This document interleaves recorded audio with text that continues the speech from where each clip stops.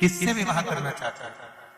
तो भीष्म पितामह से जब भगवान कृष्ण ने पूछा था कि आप विवाह अपनी बेटी का किससे करना चाहते हो, तो पितामह ने कहा था मैं कृष्ण आपके साथ अपनी बेटी का विवाह करना चाहता हूँ और किसी के साथ मैं बेटी नहीं ब्याहूंगा, केवल आपके साथ ब्याहूंगा। भगवान कृष्ण ने कहा यदि आप कह रहे हो तो मैं आपकी बेटी के साथ विवाह करने को तैयार हूँ। कहाँ है तुम्हारी बेटी? लाओ तुम्हारी बेटी को मेरे सामने लाओ।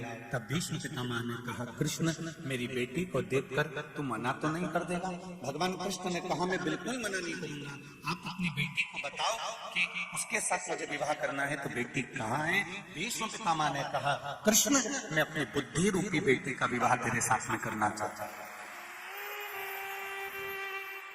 आज देव उठनी एकादशी है।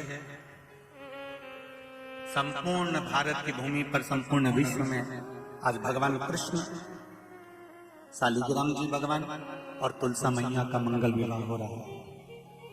संपूर्ण विश्व में, पूरी भारत की भूमि पर पूरे सनातनी भाई बहन आज शालिग्राम जी के साथ में, लड्डू गोपाल जी के साथ में, भगवान नारायण के साथ में तुलसी जी का मंगल विवाह करेंगे।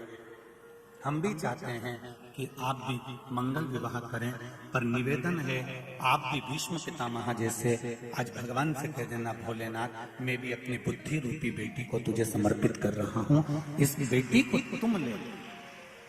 सबसे ज्यादा भटकने वाली है ये बुद्धि, ये चित्त, ये वृत्ति, ये भटकता है।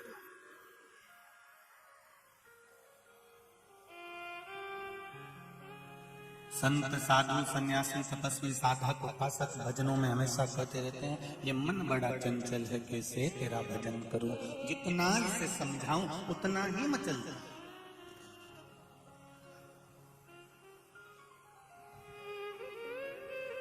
ये बुद्धि इतनी विचित्र है, ये बुद्धि, ये मन, ये चित्त इतना विचित्र है कि ये स्थिर रहता ही नहीं।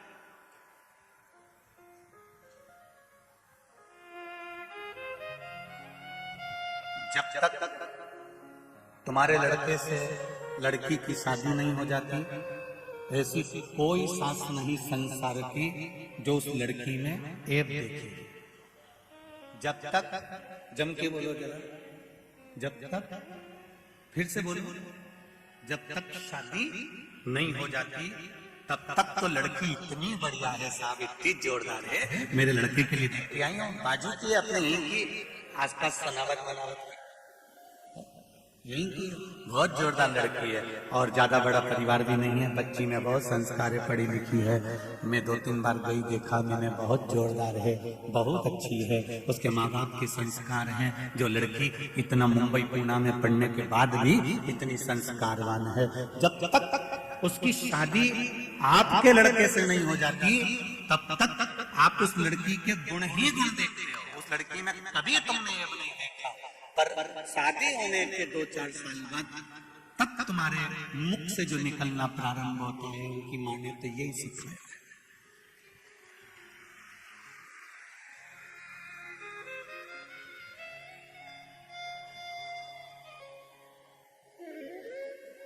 दो साल पहले तुम कौन थी? वही कमलाबाई थी ना जो गुण देख रही थी, और 2 साल बाद फिर अब गुण देखने लगी तो वही कमलाबाई है।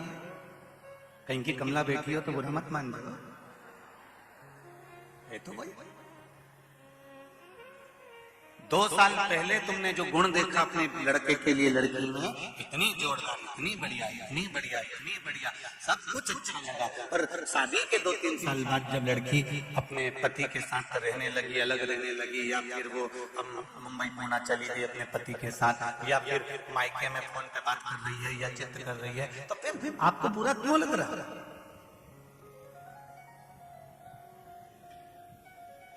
इस बुद्धि को बिगड़ने में देरी नहीं लगती।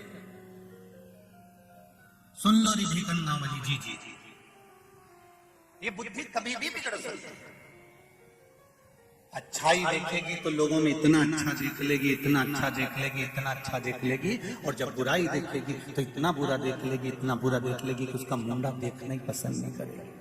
अब मैं उसका मुंडा ही नहीं देखूंगी। और इससे पहले तो कह रही थी मुंडा दिखाई होगी, मुंह दिखाई हुई, और उनमें सबसे पहले हाथ की चूड़ी तू नहीं दी कमला, तू नहीं। और अब के मुंड नहीं।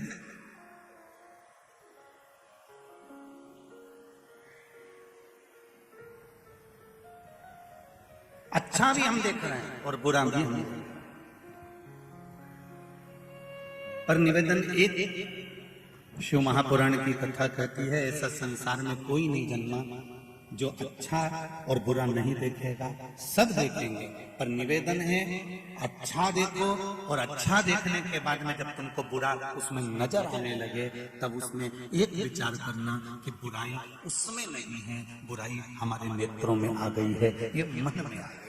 इसलिए दुनिया की कोई सास बुरी नहीं होती और दुनिया की कोई बहू बुरी नहीं होती। आज शिव महापुराण की एक लाइन अपने पास संजो कर रख लेना, ना सास बुरी है ना बहू बुरी है।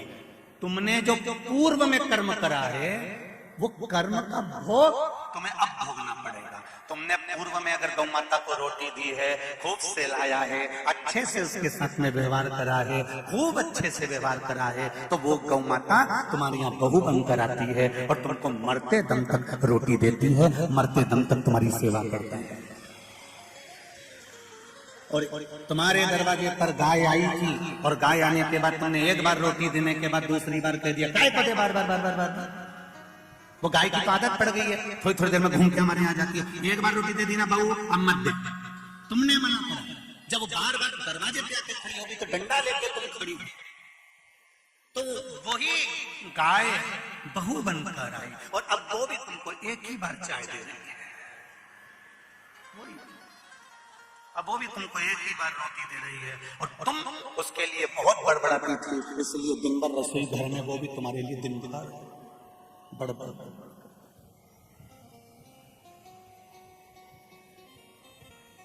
एक गीत का एक बोल आता है, जो बोएगा तेरा किया, जो तूने कर्म कराया वो तुम्हारे सामने आएगा। न बहू बुरी है न सास बुरी है। अगर सास बुरी होती तो अपनी रकम तोड़वा कर बहू को नहीं देती। अगर सास बुरी होती तो ब्याह 5 दिन का लिया, 7 दिन का लिया और रोज 9 बजे से 12 बजे तक ढोलक पीट पीट के बन्ना जी निजी गा रही है। सास अगर बुरी होती तो मिट्टी का चूल्हा बनाकर फुकनी नहीं मारती। सास अगर बुरी होती तो शादी में खुद रोटी तक नहीं खा रही है और पूरे घर का काम कर रही है। सास अगर बुरी होती तो एक चुन्नी बेस तुम्हारे चढ़ावे पर नहीं चढ़ाती। सास अगर बुरी होती तो रकम नहीं देती। पर सास ने फोन लगाकर पूछा, बहू तेरी चूड़ी का नाप क्या है? तेरी नाप की चूड़ी लाई, पाँव की चप्पल तक लाई। जिस सास ने कभी किसी की चप्पल नहीं उठाई वो थैली में भी पैक करके डब्बे में धरकर तेरे यहाँ पहुंचे। अगर सास बुरी होती तो कुछ नहीं करता, कुछ भी नहीं।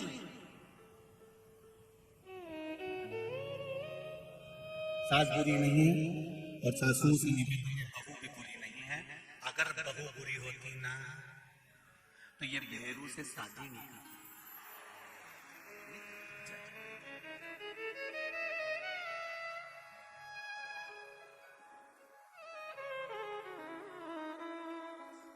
आज देवउठनी एकादशी है। कई लोग प्रश्न खड़ा करते हैं कि शालिग्राम भगवान के साथ में तुलसी जी का विवाह हुआ। ये तो ललाट पर लिखा है, वो तो होना ही है। जो किस्मत में लिखा उसे कोई टाल नहीं सकता। अच्छा महाराज भी किस्मत में लिखा हुआ नहीं टाल सकता। अगर टाल सकते थे तो रामकृष्ण परमहंस माँ जगत जननी जगदम्बा के उपासक थे। स्वामी विवेकानंद जैसे उनके शिष्य थे। और रामकृष्ण परमहंस जी को जब बड़ी बीमारी हो गई, कैंसर जैसा रोग हो गया, स्वामी विवेकानंद जी बार बार कहते थे, गुरुदेव माँ आपके ऊपर कृपा करती है, शारदा भवानी आपसे बात करने के लिए आती है, एक बार देवी जी से कह दो कि तुम्हारी बीमारी ठीक कर दे। और रामकृष्ण परमहंस ने कहा, सुन रे स्वामी विवेकानंद, ये तो पूर्व के कर्म का भोग है जो मनुष्य को भोगना है। चाहे मैं कितना बड़ा गुरु क्यों ना बन जाऊं, चाहे मैं संत क्यों ना बन जाऊं, चाहे मैं साधु क्यों ना बन जाऊं, चाहे मैं तपस्वी साधक क्यों ना बन जाऊं, पर भोगना तो पड़ेगा। जब मेरे राम जी को पृथ्वी पर आकर भोगना पड़ सकता है, एक जरा सा बाली को छुप कर मारा तो कृष्ण अवतार में छुप कर बाण उनको लगा। सीता जी ने एक चिड़िया को कैद में रखा, माता जानकी को रावण की कैद में रहना पड़ा। एक जरा सी गर्भवती चिड़िया को पिंजरे में बंद कर रखा तो माता जानकी को भी गर्भावस्था धारण कर वन वन एक आश्रम में रहना पड़ा। ये कर्म गति है जो व्यक्ति को भोगना है, कर्म की गति को भोगना पड़ेगा। बस इतना जरूर है कि ललाट पर लिखा हुआ भोगना जरूर है, पर उस ललाट के लिखे हुए को संसार में कोई नहीं टाल सकता, क्योंकि भगवान विष्णु आज्ञा देते हैं कि इसके भाग्य में लिखा है उसका उतना दुख दो उतना सुख दो। ब्रह्मा जी लेखनी से लिख देते हैं कि इतना दुख इतना सुख है। केवल अगर तुम्हारे भाग्य के लिखे को भी कोई टाल सकता है, भाग्य के लिखे को भी अगर कोई मिटा सकता है, जैसे राजा श्वेत शंकर भगवान की पूजन कर रहा है और राजा श्वेत के मरने की आज तारीख तिथि समय पल आ गया और राजा श्वेत मरने वाला।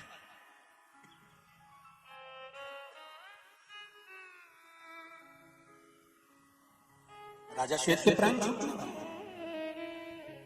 यमदूत आ गए बंदी बनाने के लिए। शंकर भगवान ने कार्तिकेय जी को भेज दिया, यमदूतों को भगा दिया। यमराज मर गया, मृत्यु देवी मर गई, सूर्य नारायण भगवान रोने लगे। भगवान विष्णु ने पूछा क्या हुआ? मेरे बेटे यमराज को मार दिया शंकर भगवान, मृत्यु देवी को मार दिया मेरी पोती को शंकर भगवान ने। भगवान विष्णु ने शिव जी से पूछा कि हमने लेखनी में इसकी मौत लिख दी थी, ब्रह्मा जी ने अपनी कलम से लिख दी थी, तो फिर इसको मरने क्यों नहीं दिया? शंकर भगवान बोले ये मेरे मंदिर में बैठा था, मेरे मंदिर में बैठा था इसलिए इसको मरने नहीं दिया, पर हमने अपनी कलम से लिखा है इसकी मौत को। ब्रह्मा जी ने अपनी कलम से लिखा है अपनी इसकी मौत को। शंकर भगवान बोले तुम कितना भी किसी का भाग्य लिख दो और किसी से ललाट का कुछ भी लिख दो, अगर कोई मेरे पास आया है तो मैं ललाट मलाट पे लिखा हुआ मानता नहीं हूँ, मुझे पलटना है तो पलटना है, अच्छा कुछ जा।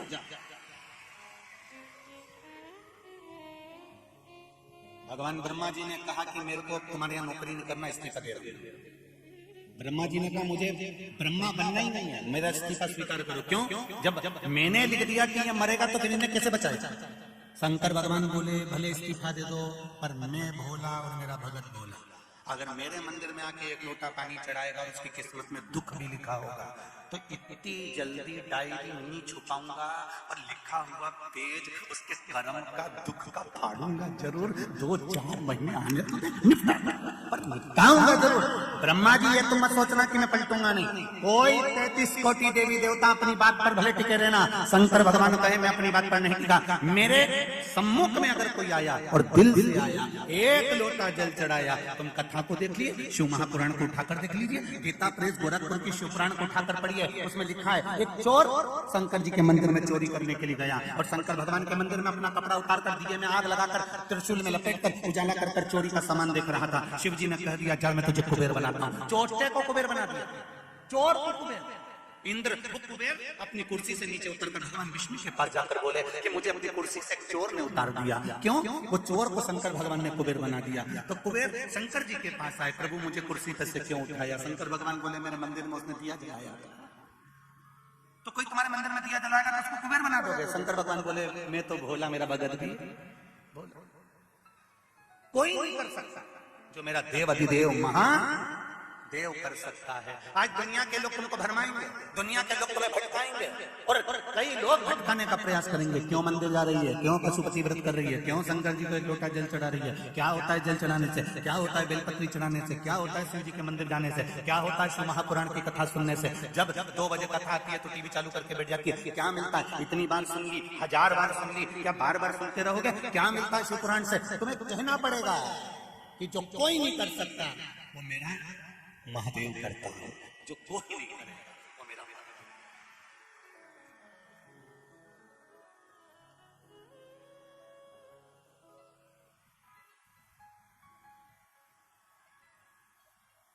कोई नहीं, ये पत्र आया है तो जरा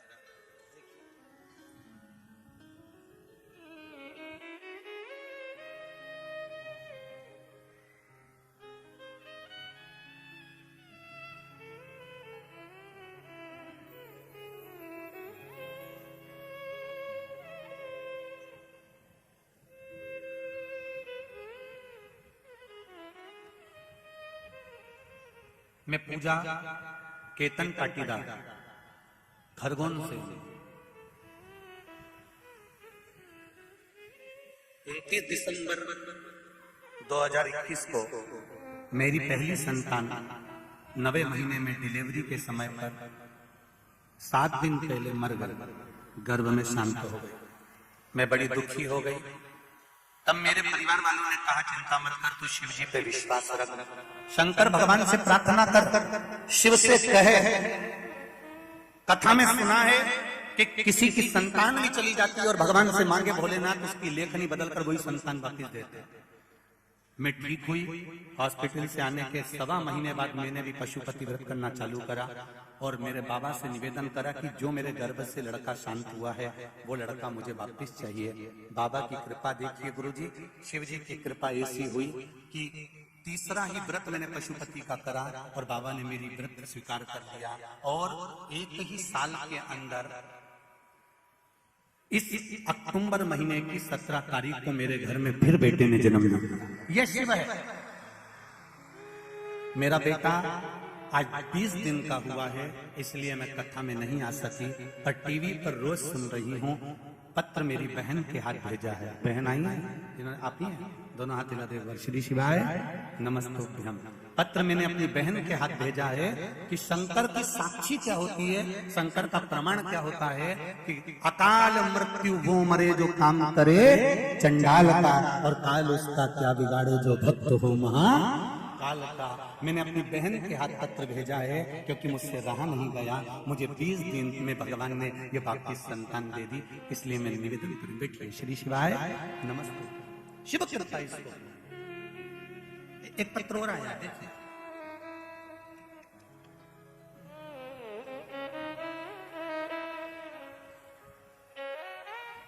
संगीता मनीष सोनी, तहसील जिरानिया, जिला खरगोन, मध्य प्रदेश से आप हैं। दोनों हाथ हिला दें। श्री शिवाय नमस्ते। गुरुदेव, मैं शिव जी की करुणा का बखान क्या करूं। 2 वर्षों से इलाज चल रहा है। मेरे बच्चेदानी में गठान है और पथरी की समस्या है। त्रिकालदर्शी प्रभु महादेव की ऐसी करुणा हुई, 1 महीने से दुख भोग रही थी, बड़ी कष्ट में थी। इंदौर, भोपाल सभी डॉक्टरों को, खरगोन आदि सब दूर खंडवा दिखा दिया। सबने कहा कि इसका ऑपरेशन कराना पड़ेगा क्योंकि बच्चेदानी में गठान बड़ी है, उसका ऑपरेशन जरूरी है।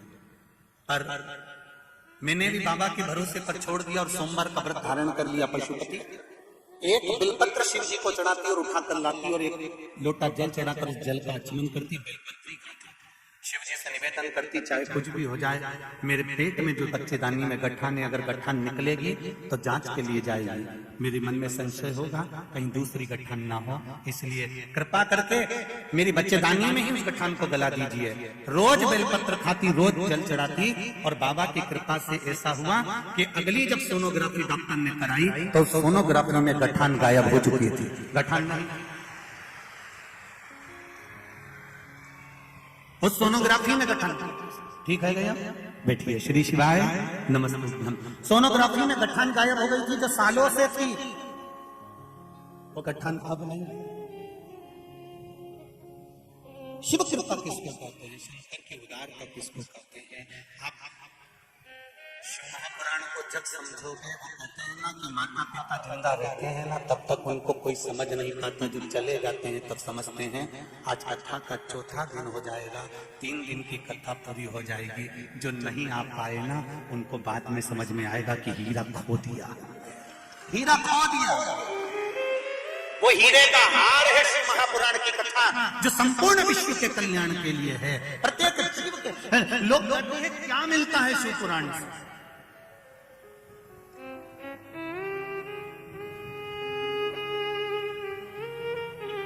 रामायण जीना सिखाती है, भागवत मरना सिखाती है, शिव पुराण जितनी जिंदगी भगवान ने दी है उसे स्वस्थ और एंजॉय में रहना सिखाती है। स्वस्थ रहिए, ये शिव महापुराण सिखाता है।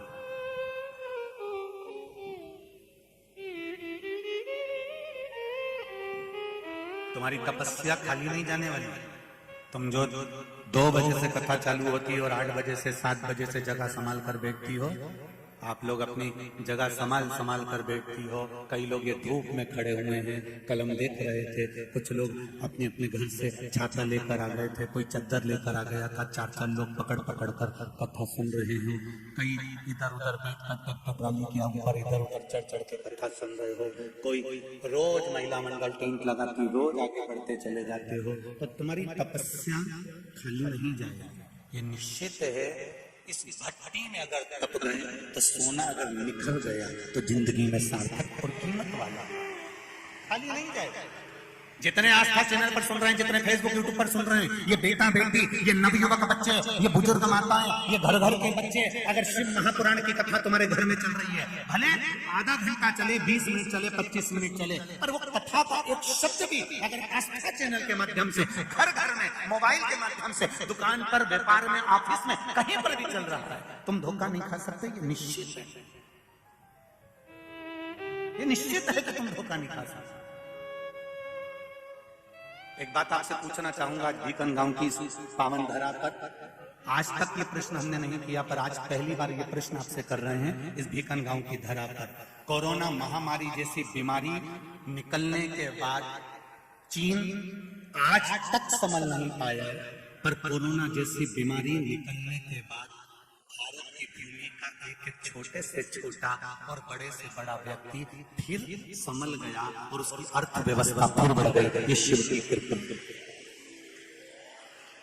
हम तो कहते हैं ये कोरोना महामारी में ये शिव महापुराण की कथा स्वयं शंकर भगवान ने ही करवाकर जनमानस तक पहुंचाई है कि ये कहीं डोल ना जाए, कहीं भटक ना जाए। ये शिव कृपा।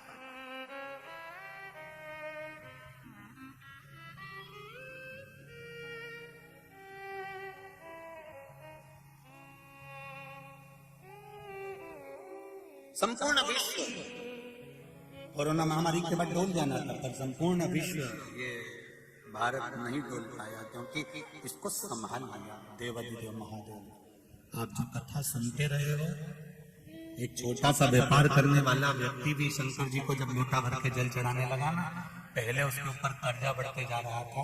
अब आप अंदाजा लगा कर देख लें, पहले शिव महापुराण के पहले का समय निकालना और शिव महापुराण जब से सुनना चालू करी उसके बाद का समय निकालना, पूरी जिंदगी के पुराने समय को निकालकर आज का समय निकालना कि भगवान ने तुम्हारा हाथ पकड़ा कि नहीं पकड़ा, थोड़ा व्यापार बढ़ा कि नहीं बढ़ा, थोड़ी संपदा वैभव मन आनंदित हुआ कि नहीं हुआ, शिव ने कृपा करी कि नहीं करी, अपने हृदय से पूछो, अपने चित्त से पूछो।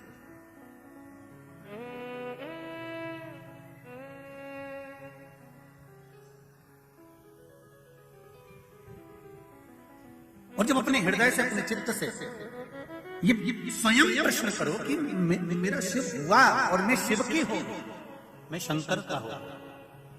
कल आपको कथा में कहा था, अपने अपने घर में अपने बच्चों को, अपने पति को, अपने परिवार के बुजुर्गों को भी कहो कि पापा, मम्मी, आई, बाबूजी, बाबू, आप भाव एक लोटा जल शिव जी को अवश्य चढ़ाया करो। ज्यादा दूर नहीं जाओ तो अपने घर के पास में जो शिव मंदिर हो वहां चले जाया करो। उससे घर के लोगों को फायदा नहीं मिलेगा, तुम्हारी किस्मत में जो दुख लिखा है उसे कोई दूसरा नहीं काट सकता। ध्यान देना, बहू दवाई दे सकती है, बेटा डॉक्टर को दिखा सकता है, बच्चे सोनोग्राफी करवा सकते हैं या मशीनों में तुम्हारी जांच करवा सकते हैं, पर शरीर में अगर दुख हुआ है, कष्ट हुआ है तो पड़ोसी भोगेगा क्या? जम के बोलो, बहू भोगेगी क्या? नहीं। बेटा भोगेगा क्या? नहीं। तुम्हारे शरीर में अगर कष्ट हुआ है, तुम्हारे भाग्य में अगर कष्ट लिखा है तो उसको भोगना तुमको पड़ेगा। इसलिए निवेदन है कि तुम भोजन करोगे तो तुम्हारा पेट भराएगा। इसलिए तुम्हारे भाग्य में अगर दुख लिखा है, तुम्हारी किस्मत में अगर कहीं थोड़ी सी भी तकलीफ लिखी है, भले तुम्हारी दुकान अच्छी चल रही है, भले तुम निरोगी हो, सब कुछ है, फिर भी एक लोटा जल शंकर भगवान को चढ़ा। कोई के किसी कारण से चढ़ा नहीं, हो सकता है कि आने वाला समय कैसा हो, तुम्हारे भाग्य में क्या लिखा हो, कम से कम एक लोटा जल चढ़ाते रहोगे तो वो भाग्य का लिखा हुआ तुम्हारे पक्ष में होता चला। चढ़ाओ शिव जी को एक लोटा जल।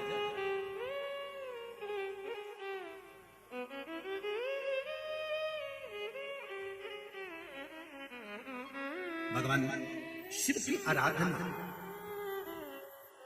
भगवान शंकर की कृपा, शिव की आराधना, शिव की कृपा साधारण नहीं हो सकती। बुरा विचार आए उसको निकाल दो। बहू भी बुरी नहीं है और बोलो जम के सास भी बुरी नहीं, दोनों अच्छी हैं, पर दोनों के साथ में एक चीज है कि जो हमारी कर्म की गति है, जो हमारा कर्म लिखा हुआ है वो बुरा है। वो बुरा होता है तो क्या करवाता है? सास बुरी नहीं है, बहू बुरी नहीं है। जब कर्म की गति बुरी होती है तो फिर वो बुरा करवा देता है। कैकेयी बुरी थी क्या? जम के बोलो नहीं। कौशल्या मैया बुरी थी क्या? नहीं। सुमित्रा जी बुरी थी क्या? नहीं। दशरथ जी बुरे थे क्या? नहीं।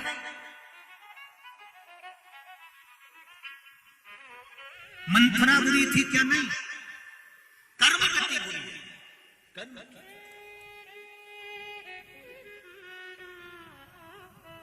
इतनी अच्छी थी कैकेयी कि सीता जी विवाह कर आई थी और मुंह दिखाई में जब देने की बारी आई थी तो कैकेयी ने अपना शीश महल बनवाया था। वो शीश महल जानकी जी के मुंह दिखाई में दे दिया था। इतनी चाहती थी बहू और बुरी बनी। कर्म गति के अनुसार जब बुरी बनी तो ऐसी बन गई कि राम जी को 14 वर्ष के लिए वनवास भेज दिया।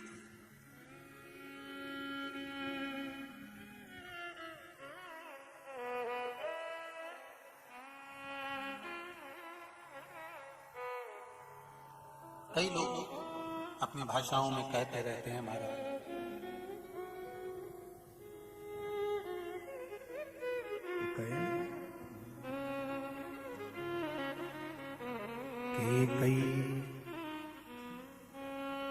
कैकेयी तूने लूट लिया दशरथ के खजाने को। कैकेयी तूने लूट लिया दशरथ के खजाने। तू तरस जाएगी रानी, तू तरस जाएगी रानी, मांग अपनी सजानी। कैकेयी तूने लूट लिया दशरथ के हाथ तरसेंगे चूड़ी को, गला तरसेगा हरवा को। हाथ तरसेंगे चूड़ी को, गला तरसेगा हरवा को। तू तरस जाएगी रानी, मांग अपनी सजानी। कैकेयी तूने लूट लिया दशरथ के खजाने। कर्म गति के कारण तू लूट गई। इतनी अच्छी थी, इतनी बढ़िया थी, पर केवल तेरे ललाट पर जो लिखा हुआ था कर्म की गति का खेल लिखा हुआ था, उसने तुझे अच्छे से बुरा बना दिया। मेरा निवेदन भिकन गांव की इस पावन धरा से, घर घर में चल रही शिव महापुराण से, आस्था चैनल फेसबुक पे सुन रहे सारी बहू बेटियां और माताओं से कि न सास बुरी होती है न बहू बुरी होती है। सास नहीं चाहती कि मैं कोई अपशब्द बोलूं, वही बहू भी नहीं चाहती कि कोई अपशब्द बोलूं, पर ललाट पर जब कर्म गति उल्टी पड़ती है तो अपने आप जिह्वा से अपशब्द निकल ही देती है। ये कर्म गति। अब ऐसे समय पर क्या करोगे आप?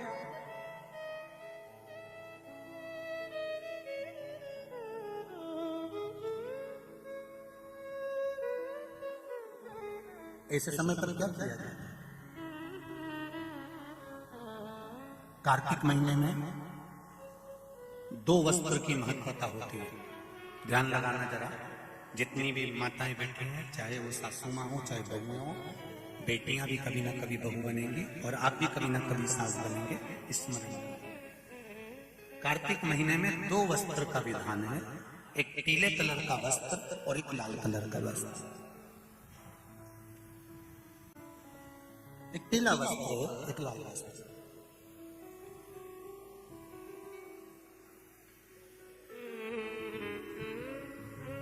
आज देवउठनी एकादशी है। ऐसी कोई माता नहीं होगी जो अपने घर में तुलसी जी का पूजन नहीं करे।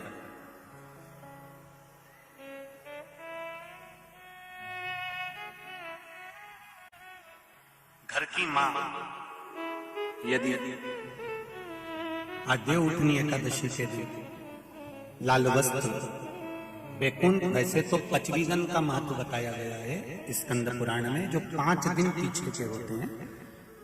आंवला नवमी से जो क्रम पचवीगन का चालू होता है, पूर्णिमा तक, वैकुंठ चतुर्दशी के क्रम तक, उसका जो महत्व, इन 5 दिनों की महत्वता वैसे स्कंद पुराण में कही गई है, पर आप समझें उसको। लाल वस्त्र अगर कार्तिक महीने में तुलसा महारानी पर उड़ाया जाता है और वही वस्त्र बाद में रख लिया जाता है संभाल कर, तो उस घर में किसी कर्म गति के कारण भी अगर अपशब्द निकल रहे होते हैं तो वो अपशब्द वो वस्त्र रोक लेता है। वो वस्त्र रोकता है। कौन सा वस्त्र? लाल वस्त्र, पीला वस्त्र। इन 5 दिनों में अगर तुलसा महारानी को चढ़ाया जाता है और उसको रखा जाता है, तो जिस नारी के गर्भ से संतान नहीं भी हो रही होती है, उसके कक्ष में अगर वो वस्त्र कुछ दिन तक रखा रहता है, तो ये निश्चित आती है कि गर्भ ठहरता जरूर है। ये पीले वस्त्र की और लाल वस्त्र की महत्वता। कार्तिक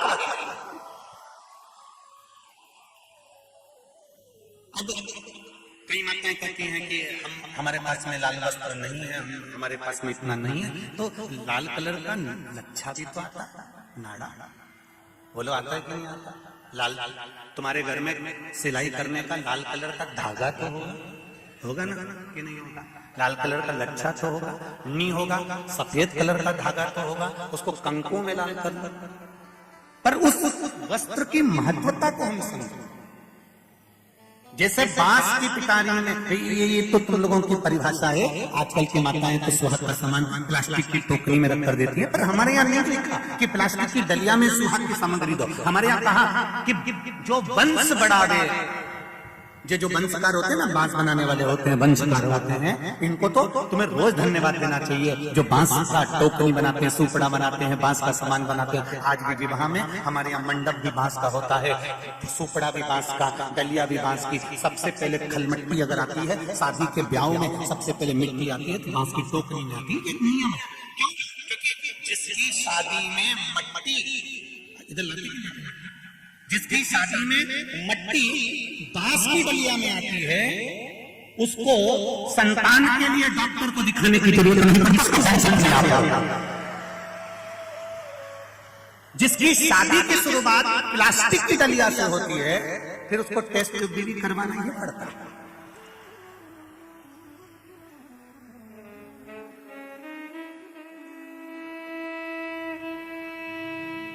ये कुछ हमारे शास्त्रों के नियम है। अब आप उसको समझो ना समझो, चाहे उसके ऊपर हंसो, चाहे कुछ भी करो, आप चाहो तो थोड़े दिन बाद कह देना, बताओ सियोर वाला महाराज तो पगले जैसी बात करता, तो उसमें कोई दिक्कत वाली बात नहीं है।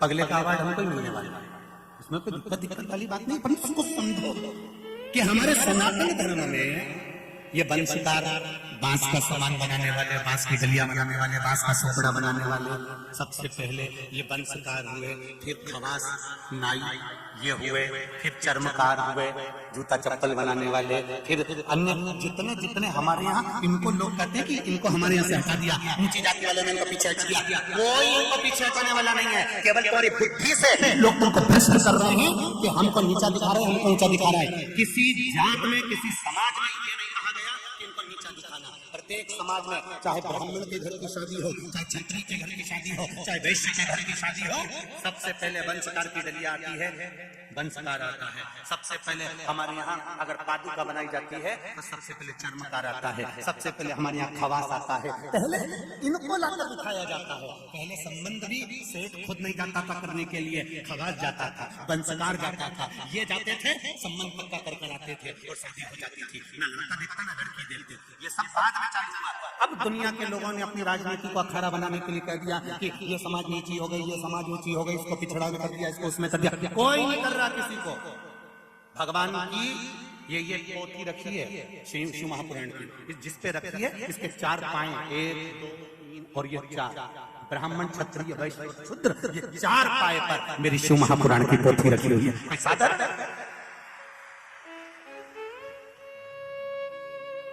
एक पाया भी अगर इसमें से हट गया तो 3 पाए में से पोथी नीचे गिर जाएगी। उसी तरह हमारे यहाँ का ये धर्म बनाया, ये सनातन धर्म जो बनाया है, ये वर्ण का जो आनंद बनाया है, ये कोई साधारण नहीं है, ये सब एक है।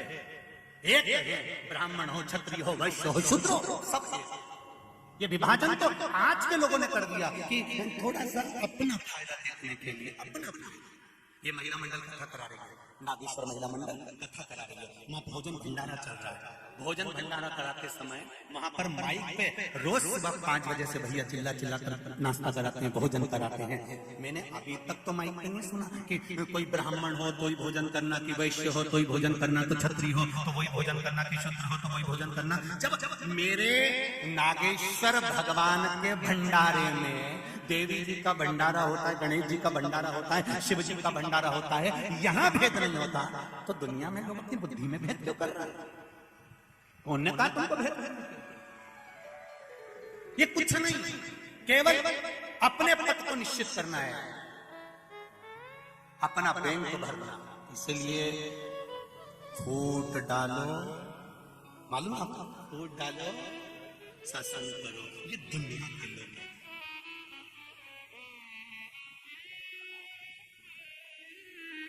कई लोग आएंगे आपसे कहेंगे क्यों राम जी का फोटो लगा के रखे हो, क्यों भगवान कृष्ण का फोटो लगा के रखे हो, क्यों राम जी की मूर्ति रखे हो, क्यों शंकर जी की मूर्ति रखे हो, उठाओ ठंडा कर दो, इनको नहीं रखना। मेरे को आज सूचना मिली थी कि कई लोग कहते हैं कि इनको ठंडा कर दो, इनको क्यों रखे हो, अपने को नहीं मानना, अपने को नहीं मानना, अपने को नहीं मानना। जो तुमको ऐसी राय देने आए उसको चंदन का तिलक लगा के ठंडे पानी से स्नान करा और चाय पिलाओ एक बार की, और पांव को धोक लगाकर कहना अभी हम चरण धोक रहे हैं, हमारा नियम है, थोड़े दिन तक हम चरण धोकते हैं, उसके बाद गले में हम माला भी पहनाएंगे गेंदा के फूल की, ये तुम्हारे घर तक छोड़ के लिए। कोई तुमको अगर अकल दे कि भगवान का फोटो हटा दो, मूर्ति हटा दो, ये सब ढोंग है, तो प्रपंच है, तो इनको कह देना हम तुम्हारे घर पर राय लेने नहीं गए थे, हम तुमको बुलाने नहीं गए थे, तो तुम हमारे यहाँ आकर हमारे घर में राय क्यों दे रहे हो? गेट खुला है, निकल के बाहर जाओ और अपने घर में अपने लड्डू बनाओ, नहीं, सहजता है, सरल।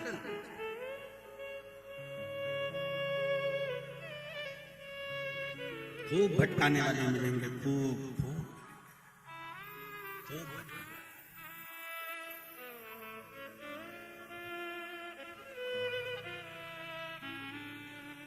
ना सास बुरी ना बहू बुरी, कर्म की गति बुरी होती है। बुराई अपने भीतर इकट्ठी मत करो। बहुत छोटा सा जीवन है जीजियों, मेरे भाई बैठे हैं, तो मैं जीजी बोलूं तो ये जीजा ही है मेरे, तो मेरे जी जाओ, आपसे भी निवेदन है, बहुत छोटा सा, बहुत छोटा सा। कब किसके प्राण किस समय आखिरी होंगे किसी को नहीं मालूम पड़ेगा। एक क्षण लगेगा। अकड़ में मत जियो। कई लोग अकड़ में जीते, मेरा समय आन दे तब बताऊंगा कि मैं क्या हूं। फिर चिल्ला के कहेगा मेरा समय आन दे तब मैं बताऊंगा कि हूं क्या। और एक दिन छाती में दर्द हुआ, खंडवा के हॉस्पिटल ले गए, और डॉक्टर ने कह दिया इनका समय आ गया। तब समझ में आया कि समय आना किसको कहते हैं। समय का इंतजार मत करो कि जवानी आई है, अभी कोई भजन की उम्र है, अभी तो मेरा बुढ़ापा आएगा तब भजन करूंगा, जब मंदिर जाऊंगा तब देखा जाएगा, अभी तो कमाने की उम्र है, अभी तो खाने की उम्र है। अरे भाई खूब एंजॉय करो, कोई नहीं मना करे तुमसे कि तुम कपड़ा अच्छा जोरदार मत पहनो, तुम तो जोरदार पहनो, एक से बढ़कर एक पहनो, कौन मना करे, तुम्हारी मर्जी पड़े जैसा पहनो।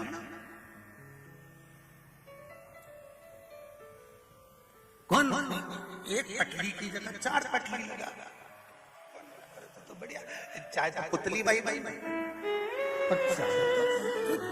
जैसी मर्जी पड़े नहीं तो वैसी जियो, अपनी मस्ती में जियो। पर इतना निवेदन है, ऐसा कोई समय, ऐसा कोई क्षण, ऐसा कोई पल नहीं जाना चाहिए जिस समय मेरा बाबा शिव की याद ना आए। हर पल शिव याद आना चाहिए, हर पल शंभु याद। उस बिंदु को पहचानो जिस बिंदु में शिव समाया हुआ है, उस बिंदु को जानो। ब्रह्मा विष्णु और महेश में जब भेद हुआ, ब्रह्मा जी ने पूछा कि भगवान विष्णु के पिता कौन है, और भगवान विष्णु ने कहा मेरे पिता प्रकट हो। तब एक बिंदु के रूप में शिव प्रकट हुए थे केवल। इसलिए आज भी ब्रह्म कुमारी आश्रम में जाओगे तो वहां की बहनें, वहां की बेटियां, वहां की दीदियां आपको एक बिंदु का महत्व समझाएगी। इस बिंदु में ब्रह्मा भी है, इस बिंदु में विष्णु भी है, इस बिंदु में शिव भी है। एक ब्रह्म कुमारी आश्रम में जाकर आप दर्शन करेंगे तो वहां की बहनें, वहां की बेटियां आपको बिंदु की महत्वता समझाएंगी। कुछ नहीं, जन्म भी एक बिंदु से हुआ है और मृत्यु भी एक बिंदु से। शिव से प्रारंभ हुए और शिव में ही समा जाओगे, आखिरी बिंदु भी शिव है। भीतर बहुत सारा पाप न रखिए, कपट न रखिए, बेईमानी न रखिए, प्रपंच न रखिए। अच्छा एक बात बताओ, गेहूं को कितने समय तक रख सकते हो घर में? 1 साल तक रख सकते हो? अरे बोलो, जम के बोलो जरा, और जम के बोलो। गेहूं 1 साल तक रख सकते हो, और गेहूं का आटा बना दिया, आटा ज्यादा से ज्यादा 1 महीना आराम से रख सकते हो। गेहूं 1 साल तक रख सकते हो, आटा 1 महीना रख सकते हो, और वही आटे की रोटी बन गई और तुमने खा ली। पेट में कितने दिन रख सकते हो? बताओ जरा जरा बोलो जरा, बोलो। तुम तो सुबह जाने ही मत, नहीं जाऊंगा तो पेट भी रखूंगी तुम्हारी, लड़ी बड़ी जाएगी।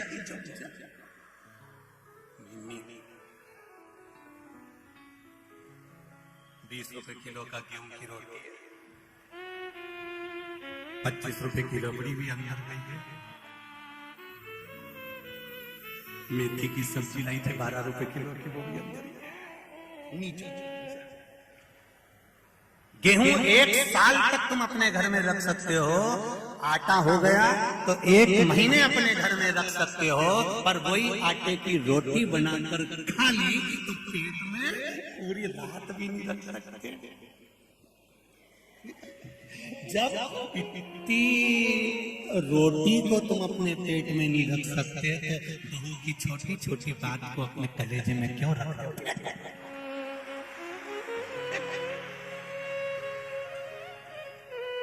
देंगे मौका, देंगे बोलने का मौका, सबको देंगे। रखो, बैठो यार, तुम लोगों के पास माइक पहुंचता है तो आधा समय तो वैसे निकल जाता है।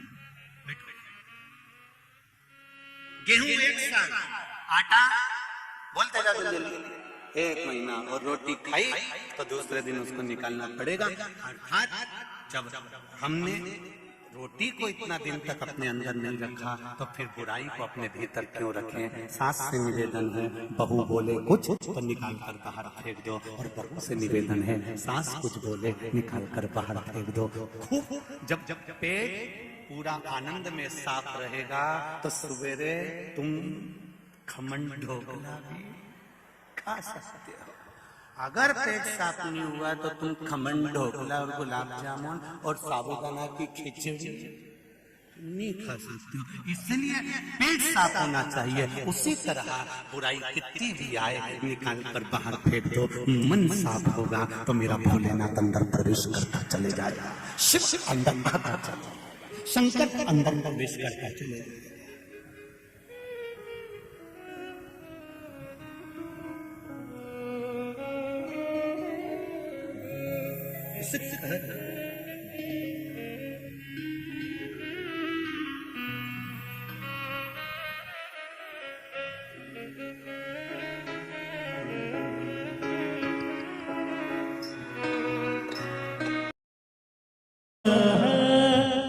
अपने स्थान पर बैठकर भगवान शिव के मूल मंत्र का स्मरण करते हुए भगवान देवाधिदेव महादेव से प्रार्थना भाव के साथ, हृदय के साथ करेंगे।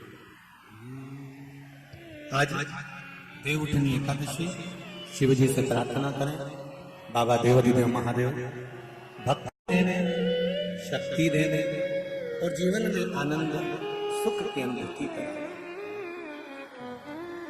श्री शिवाय नमस्तुभ्यं, श्री शिवाय नमस्तुभ्यं, श्री शिवाय नमस्तुभ्यं, श्री शिवाय नमस्तुभ्यं, श्री शिवाय नमस्तुभ्यं। भोला सब दुख काटो, सब दुख काटो, शिव शंकर जपो तेरी माला, भोले बाबा जपो तेरी माला, भोला सब दुख काटो भारा, ओ भोला सब दुख काटो भारा। भगवान शिव की कथा कर रहे हैं, अपने भीतर किसी के प्रति भेदभाव उत्पन्न न हो। देखो, माता पार्वती जी के साथ में शिव जी का जब मंगल विवाह हो गया, भगवान शिव और पार्वती का जब मंगल विवाह हो गया, पार्वती जी विवाह कर कर जब घर आ गए, प्रभु चरण की सेवा में माता पार्वती जी दिन रात लग गए। भगवान के चरणारविंद की सेवा में पार्वती लगी। भगवान शिव और माता पार्वती के विवाह का एक कारण सबसे प्रबल था, वो कारण था तारकासुर का संहार।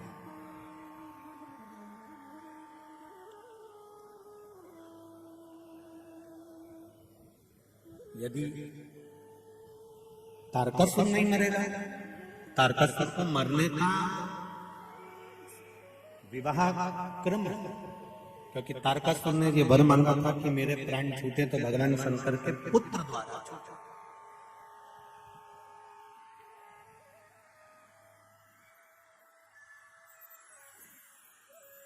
भगवान शिव के तेज पुंज से, गंगा जी के जल से षडानंद कार्तिकेय जी का जन्म हुआ, प्रागट्य हुआ। और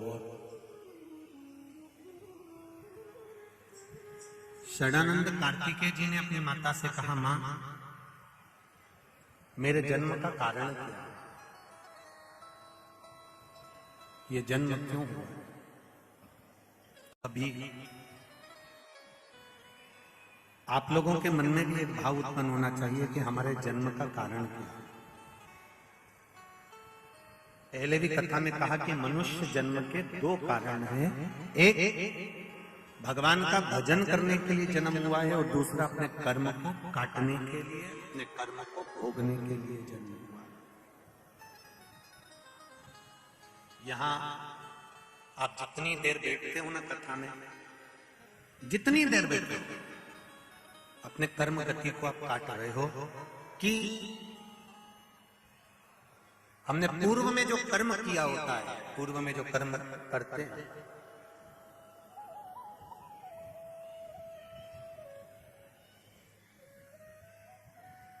उस कर्म की गति को काटने के लिए हम जितनी देर कथा में बैठते हैं उतनी देर हमारी कर्म गति कटती जाती है। हमारा जो पूर्व का किया गया पाप कर्म है वो कटता जाता है।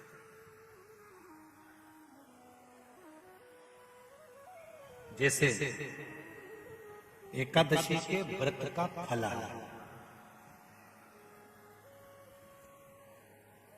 एकादशी का व्रत है और तुम्हें भूख लग रही है, तुमने फलाहार बनवा कर तैयार रखा कि मुझे 9 बजे प्रसाद लेना है या 10 बजे लेना है, 11 बजे लेना है या 12 बजे लेना है, और 12 बजे अगर वो फलाहार तुम्हारे सामने नहीं आया और बज गई 1, 1:30, 2 बजे फलाहार सामने आया और आपने ग्रहण किया, तो उसमें आपको क्रोध नहीं आना चाहिए, उसमें भगवान को धन्यवाद देना है। उसका कारण क्या होता है?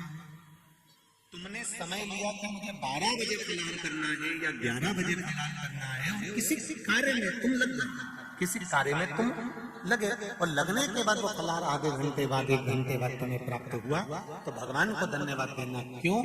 जिस समय आपको फलाहार ग्रहण करना था उस समय पर 1 जन्म के पाप कटते हैं, जिस समय पर हम समय के अनुकूल फलाहार करते हैं। समय निकलने के बाद हम फलाहार करते हैं तो हमारे 2 जन्म के पाप कट जाते हैं, जब समय निकल गया और उसके बाद फलाहार का ग्रहण। और हम उल्टे चलते हैं। तुमने बहू को समय दिया मुझे 11 बजे फलाहार करना है, मेरा 11 बजे फलाहार तैयार कर रखो, मुझे 11 बजे फलाहार ला के दो, मुझे 12 बजे फलाहार करना, 12 बजे तक फलाहार रखे दो, और तुम तो काम में लगी हुई हो, तुम्हारे को फुर्सत ही नहीं है, मेरा फलाहार बना के तैयार नहीं करा। भगवान को धन्यवाद दो, बहू को धन्यवाद दो, अच्छा हुआ रोज हर एकादशी को 1 जन्म का पाप कटता था, आज मेरा 2 जन्म का पाप कट गया। ये शिव पर हमारी आदत है, उसमें भी बुराई नहीं है। बहू ने अगर लेट दिया ना, आधा घंटा 1 घंटा लेट हो गई तो तुम तो फिर 2 मिनट में चंद्र घंटा हो। बताओ इतनी देर से लेके आई, आज मेरा एकादशी, आज मेरा फलाहार, और तुझे बनाने की फुर्सत नहीं मिली। मम्मी साबूदाना गलाया था, भगर बना रही थी, पूड़ी बना रही थी, थोड़ा समय हो गया। अपने मन को धीर मंदाओ कि भगवान ने आज देरी क्यों करी। वही फलाहार किसी कारण से और लेट हो गए, दोपहर में 3 बजे के बाद हुआ और लेट, या मान लो किसी कारण से दिन भर भूखी रह गई, कारण से, जानबूझ के नहीं तो तुम बहुत चतुर बैठ रही हो रही। किसी और वाला महाराज बोला था कि इतनी बजे के बाद करोगे तो इतना पाप कटेगा, इतनी बजे कटेगा। ये तो जानबूझ के नहीं, तो कोई क्रम से अचानक।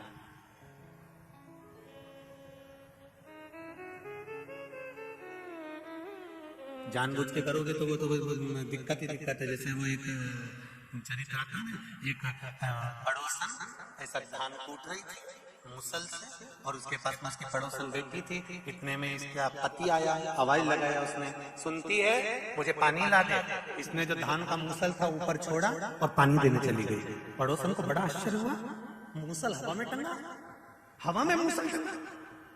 ये आई, इसने मूसल लिया, फिर कूटने लगी। इसने अपने पड़ोसन से पूछा क्यों ये हवा में कैसे टंगा? मैं अपने पति के चरणों को प्रणाम करती हूँ, पति को परमेश्वर मानती हूँ, उसकी सेवा करती हूँ ना, उसका दिया हुआ जो भी छूटा बचता है मैं खा लेती हूँ, बस उसी की कृपा से ये मेरा सात्वित्व के कारण ये हवा में टंग गया। तो ऐसा करने से ऐसा हो जाता है। ये भी गई घर धन धनाते हुए, इसने अपने पति को सुनो मैं तुम्हारे पाँव पड़ूंगा। पति ने सोचा 40 साल शादी के होंगे, आज क्या पता सियोर वाले महाराज की कथा सुन, आज मैं तुम्हारे पाँव पड़ूंगा। सुनो 1 हफ्ते तक रोज तुम्हारे पाँव पड़ूंगी, तुम्हारी पसंद का भोजन बनाऊंगी, तुमसे पूछूंगी क्या खाओगे, तुम बता देना, मैं वही बनाऊंगी। तुम सोओगे मैं तुम्हारे चरण दबाऊंगा, तुम जो थाली में छोड़ दोगे मैं वो भोजन करूंगी। फिर एक बार ऐसा चमत्कार होगा, मैं ऐसे धान कूट रही होंगी, तुम एकदम आना, आते से कहना सुनती है पानी ला, और मैं मूसल छोड़ के आऊंगी और वो हवा में टंग जाएगा। तुम देखना पति ने मन में सोचा ना जाने कहां से सीख के आ गया। इसने सिर पे पल्लू लेके पति को प्रणाम करा और पूछा क्या खाओगे। पति ने मन में सोचा 40 साल से कभी मुंह नहीं खोला मैंने खाने के मामले। अब तो पति ने भी कह दिया भजिया बना ले, इमरती बना ले, जलेबी बना ले, खीर बना ले, पूड़ी बना ले, नमकीन पूड़ी बना ले, आलू की सब्जी, भिंडी की सब्जी, सब बनाने का जैसे पति ने बोला, पत्नी बोली चुप रहो, तुम्हारा बाप बनाए।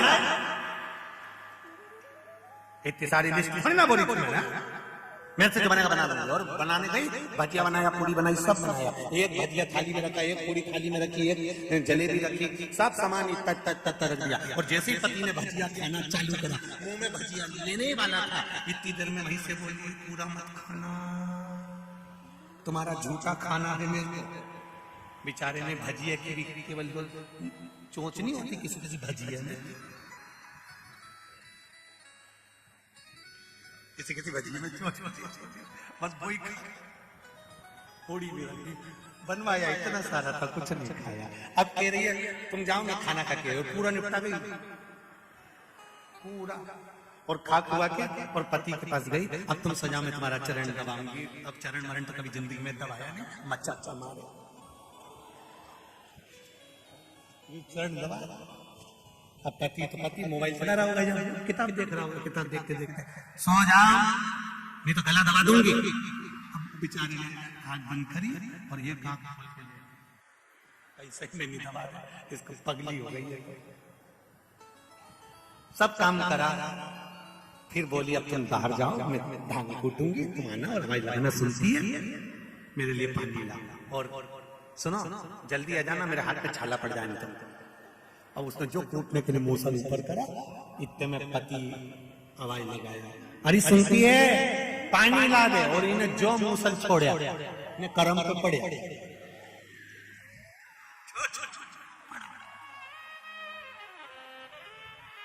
अरे शिव पुराण कहती है जो दिल से किया जाए वो प्रथम। दिखावे से भगवान प्रसन्न नहीं होता, भगवान को दिखावा प्रिय नहीं है।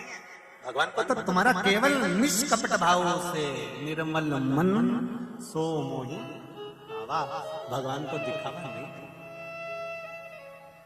हृदय से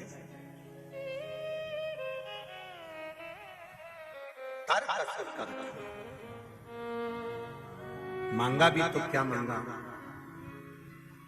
प्राण छूटे शिव जी के पुत्र के लिए मान दिया।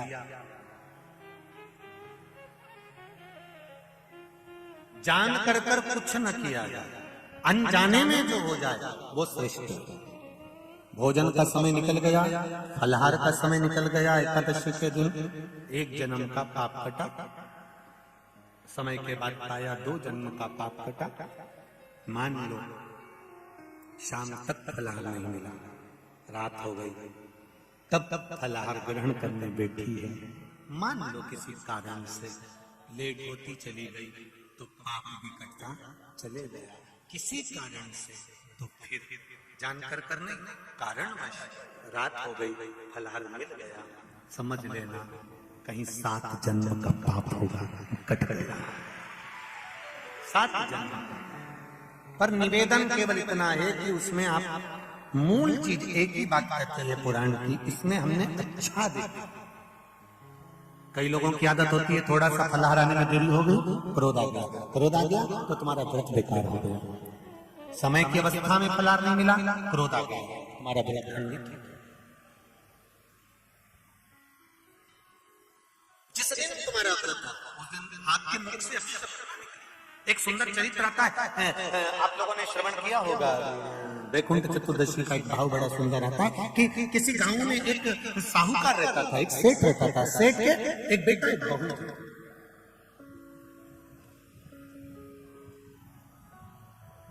और बहू बेटा दोनों धर्मात्मा, दोनों पुण्यात्मा।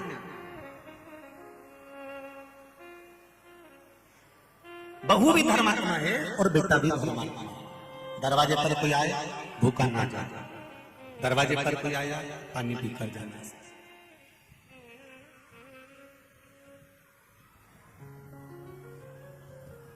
कोई खाली ना जाए, ऐसी बहू बेटा था। बहू ने नियम लिया, कार्तिक का महीना है, मैं स्नान करने के लिए जाऊंगा। ससुर जी से कहा, पिताजी मैं कार्तिक के महीने का स्नान करूंगी, परंतु मेरे साथ में थोड़ी सी परेशानी ये है कि मैं स्त्री हूं।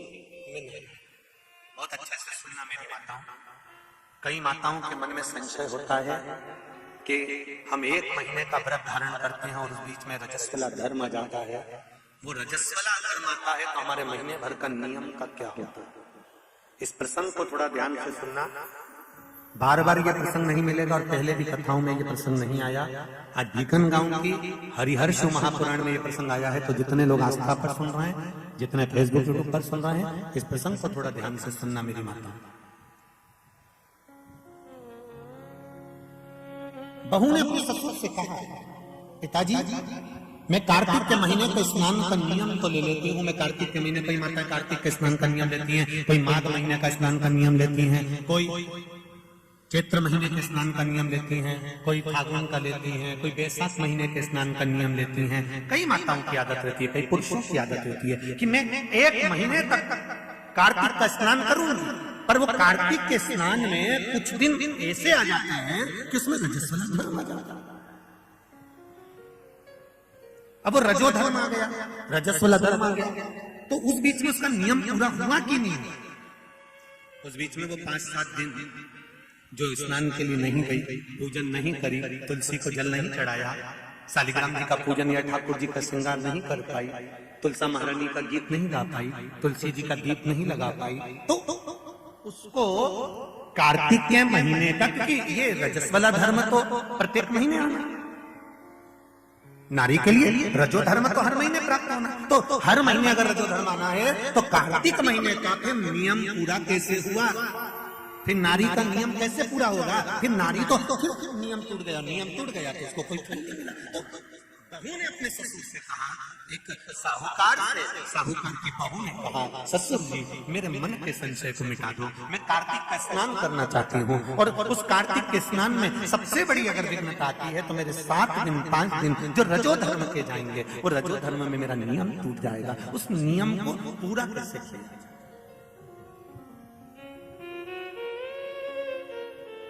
वो नियम पूरा कैसे होगा?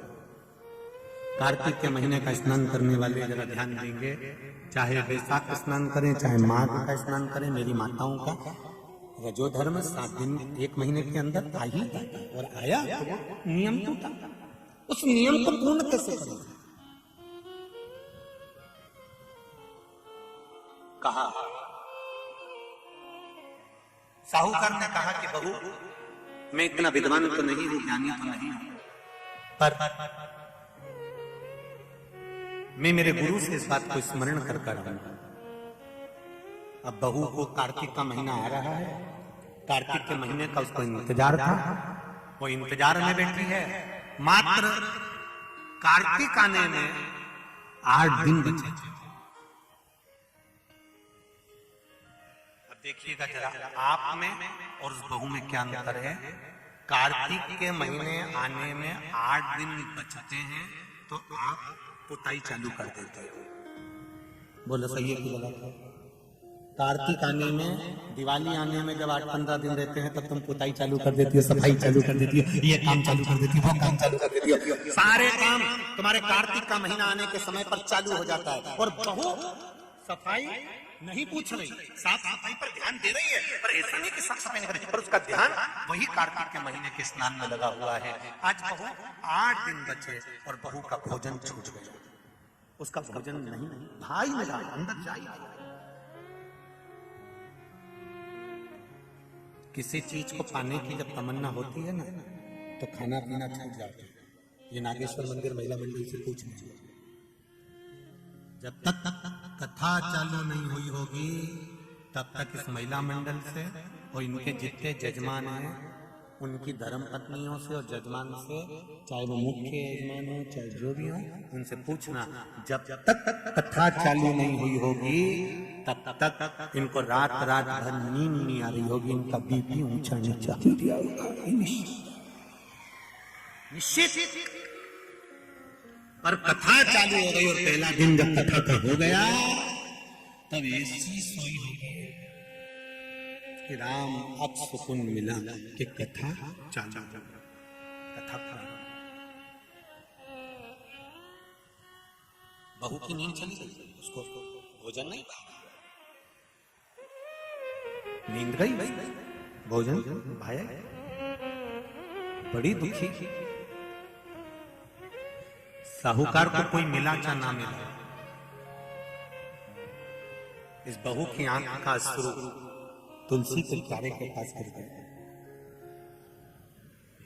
तुलसी के क्यारे के पास आंसू गिरा, अश्रु गिरा। एक बात बहुत ध्यान देना, मेरे एक निवेदन करना चाहूंगा इस व्यासपीठ से। शादी की जल्दबाजी में दो जगह पर दिया लगाना कभी नहीं भूलना चाहिए। शादी की जल्दबाजी में दो जगह पर दिया लगाना कभी नहीं भूलना चाहिए। एक, कन्या विवाह कर कर जब अपने पिता के घर से जा रही हो तो तुलसी के क्यारे में दिए के अंदर फुल घी भरकर दिया लगाकर अवश्य जाना चाहिए, तो बाप के घर में लक्ष्मी की कमी नहीं आती है। दूसरा दिन, लड़की डोली में बैठकर, गाड़ी में बैठकर जब ससुराल में पहुंचे, ससुराल की देहली में जब वो पांव रखे अंदर घर में, घर के अंदर सबसे पहले तुलसी के क्यारे के पास बहू को ले जाना चाहिए और मिट्टी का दिया पूरा घी से भरा हो और वहां पर दीप बहू के हाथ से लगवाना चाहिए। उसका कारण होता है ससुर के घर में कभी संपदा की कमी नहीं आती। ये दो जगह घृत भरे हुए दीप की महत्वता कही गई। और हम इतने विचित्र है कि महिला संगीत के चक्कर में, माता पूजन के चक्कर में, सारे फंक्शन के चक्कर में, मेहंदी और हल्दी के चक्कर में हम जब घर के भगवान को ही भूल जाते हैं तो दिया कौन याद करेगा? बोलो सही है कि गलत है? घर के भगवान को भूल जाते हैं महिला संगीत के चक्कर में। हम थोड़ा सा घर के चक्कर में भगवान को भूल जाते हैं कि हमारे यहाँ मेहंदी हो रही है, हमने भगवान को बिठाया मेहंदी में। हमारे यहाँ हल्दी का कार्यक्रम हो रहा है, भगवान को बिठाया हल्दी के कार्यक्रम। महिला संगीत में भगवान का सोफा लगाया तुमने, एक सिंहासन रखा भगवान का, तुम सब तो बैठे थे, भगवान के लिए भी एक जगह रखो कि भगवान मेरे घर का यहाँ बैठेगा, वो देखेगा, उसको बिठाओ। नहीं, तो हम दिया कहाँ याद करते हैं? पर नियम बना भेकन गांव की इस पावन धरा से जितने लोग आस्था चैनल पर कथा सुन रहे हैं, जितने फेसबुक पर कथा सुन रहे हैं, एक नियम बनाओ कि घर से बेटी ससुराल कर जब विदा हो रही हो तो पहले घृत का भरा हुआ दीप तुलसा महारानी में लगा होना चाहिए, और जब बहू घर में प्रवेश कर रही हो तब माटी के दिए में घी भरा हुआ और घृत भरा हुआ दिया तुलसा महारानी को लगना चाहिए। न बाप के घर में पैसे की कमी होगी, न ससुर के घर में कमी होगी, संपदा बढ़ेगी। पर दिया कैसा होना चाहिए? उसमें घृत पूर्ण भले घी झलक रहा चले, पर घी खाली नहीं होना चाहिए, घृत के पूर्ण।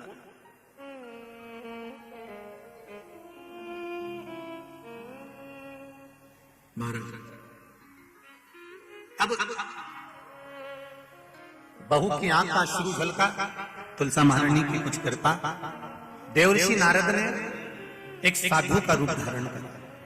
साधु का रूप धारण करता देवर्षि नारद जिस मार्ग से साहूकार जा रहा था उस मार्ग पर एक वृक्ष के नीचे जाकर बैठ गए। वृक्ष के नीचे बैठे और बैठते ही साहूकार ने देखा कि बहुत पहुंचे हुए बाबा लग रहे हैं, चंदन का तिलक लगा है, कंधे पर यज्ञ पवित्र पड़ा हुआ है, बड़ी बड़ी जटा छूट है, मुख पर कुछ तेज पुंज है, बड़ा प्रकाश दिख रहा है, रुद्राक्ष की गले में माला पड़ी हुई है, हाथ में तुलसी की माला धरी हुई है। और साहूकार ने जाकर हाथ जोड़कर निवेदन करा, बाबा जी, ओ बाबा जी, मेरे मन की संशय को मिटा दीजिए। बाबा जी ने पूछा, क्या बात है बाबा? साहूकार जी बोले, मेरे बहू के मन का संशय है। नारी जब कार्तिक के महीने का स्नान करती है, या माघ महीने का स्नान करती है, या वैशाख महीने का स्नान करती है, या चैत्र महीने का स्नान करती है, नारी जब पूर्ण एक महीने का स्नान करती है तो बीच में जो रजस्वला धर्म आ जाता है, नारी 5 दिन 7 दिन जो काम नहीं कर पाती है, वो रजो धर्म के समय पर, रजस्वला धर्म के समय पर उसका 1 महीने का नियम खंडित हो जाता है। तो वो खंडित हुआ नियम पूर्ण कैसे हो, उसका वर्णन आप मुझे बता दीजिए। वो नियम मुझे बताइए।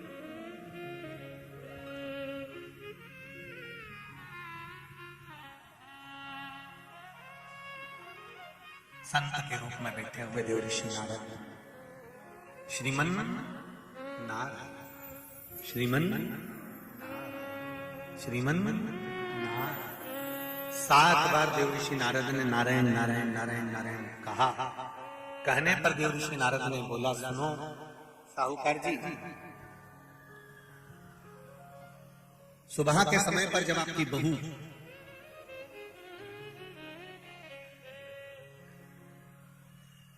मंदिर की ओर जाए तो उसको इस मार्ग की ओर लेकर आना। मैं आपको ज्ञान उपदेश दूंगा और वो ज्ञान उपदेश आप बहू को श्रेष्ठ दे पाए ना दे पाए, वो बहू सम्मुख में बैठकर सुनेगी तो उसको प्राप्त होगा। ये देखो वही कथा आ गई। आप खाओगे आपका पेट भराएगा, आप सुनोगे आपका कल्याण होगा। बेटों बेटियों को लेकर आओ, बहुओं को लेकर आओ, बच्चों को लेकर आओ, उनके सुनने से उनका लाभ, उनका साहूकार घर गए, बहू से कहा, बेटा एक संत अपने गांव में आए हुए हैं और वृक्ष के नीचे बैठे हुए हैं, चलो आप चलकर उनसे अपने प्रश्न को कर लो। बहू ने भगवान का नाम लिया, स्मरण करती हुई बहू पहुंची और बहू ने जाकर तुरंत हाथ जोड़कर निवेदन किया, बाबा जी 1 महीने तक नारी कार्तिक का स्नान करती है, 1 महीने तक नारी माघ का स्नान करती है, 1 महीने तक नारी वैशाख का स्नान करती है, 1 महीने तक नारी चैत्र का स्नान करती है, बीच में अधिक मास का स्नान करती है। उस बीच में नारी का जो रजो धर्म आ जाता है, रजस्वला धर्म आ जाता है, उस समय पर नारी का जो करा हुआ व्रत है 1 महीने का, वो खंडित हो जाता है। उस व्रत की पूर्णता कैसे मानी जाए? तो उस समय पर देवऋषि नारद संत कवेश में थे। उन्होंने कहा कि बहू एक काम करो पुत्री, कार्तिक महीने के पीछे के जो 5 दिन 7 दिन पचवीगन के होते हैं, अगर नारी का रजस्वला धर्म बीच में आ जाता है तो पीछे के 5-7 दिन में से अगर एक दिन नारी ब्रह्म मुहूर्त का स्नान कर सुबह का स्नान कर तुलसी में दीप प्रज्वलित कर देती है तो उसके बीच का जो खंडित भाग है वो समाप्त हो जाता है, उसे पूर्ण फल की प्राप्ति। अब फिर सुन लीजिए अच्छे से, अगर मान लो वो पचवीगन में ही नारी का रजो धर्म आ गया तो बहुत बहुत ध्यान से सुनना। ये कथा हरिहर शिव महापुराण की कथा जो भीकन गांव वालों को मिली है, संपूर्ण विश्व के कल्याण के लिए। बहुत ध्यान देना, हर नारी का प्रश्न है, प्रत्येक नारी के प्रश्न ये सम्मुख में रहता है। मान लो आपने कहा कि रजो धर्म आ गया मध्य में, तो आप पीछे के 5 दिन स्नान करो, वो 5 दिन में अगर रजो धर्म आ गया फिर शिव महापुराण की कथा कहती है,